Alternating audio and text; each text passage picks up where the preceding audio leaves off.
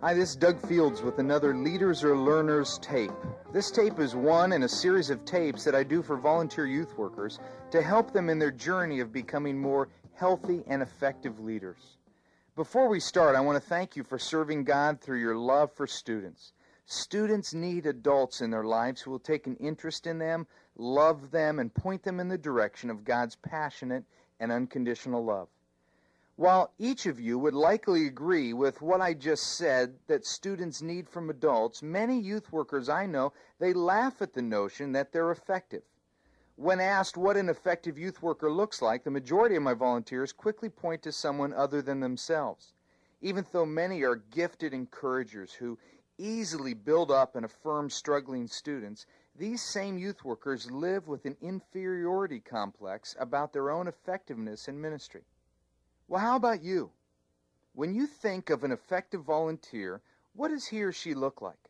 What kind of personality does she have?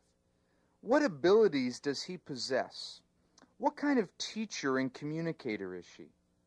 If I were able to gather everyone's response, we'd create someone who could candidate for a spot in the Trinity. And since there are no vacancies in the Trinity, we're going to have to be a bit more realistic. Let's now take a look at a day in the life of a real youth worker and see what we can learn. Let me tell you of a friend of mine. His name is Greg. He's a volunteer in our youth ministry. Greg's life is a balancing act of family and ministry. Here's what he told me about a typical day in his life. It starts early with one of his 3 children waking him up. He and his wife then juggle breakfast, making lunches, getting their kids to school. 2 hours later, Greg drives to the service station that he owns and runs. He bumps into 2 students that he hasn't seen for a while who stop by to fill up their car. Greg talks with them and then feels guilty that he doesn't spend more time with them. Then he goes back to nonstop calls, managing the station, troubleshooting his business. At the end of a 9-hour workday, he drives home and frantically reviews his Bible study notes for that night's small group. The whole way home, he's just praying for red lights so he can actually read the lesson plan in the car.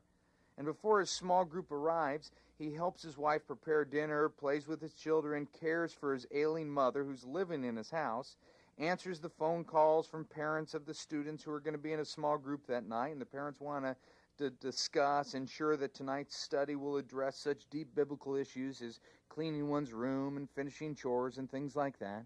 Then the students arrive, and he leads the Bible study, does a great job. Then afterwards, he hangs out with some of the kids, and then he gets paged by one of the students who didn't attend his small group and wants to talk about family problems. Well, when he finally gets off the phone with that student, he feels guilty for not kissing his own children goodnight. He feels more guilty that he's too tired to write the students from his small group letters who didn't show up. Then he washes down the guilt with a little ice cream, some news on the television, then goes to bed too late because Cynthia, his wife, is already asleep, and he knows she's probably ticked for him choosing ice cream and television over conversation and cuddling. Now, that's just one day in the life and ministry of a volunteer youth worker. What's your ministry like? What's your life like? My guess is that it's overwhelming. Personal and family life demands can be exhausting. It's hard to know where time for youth ministry ever fits.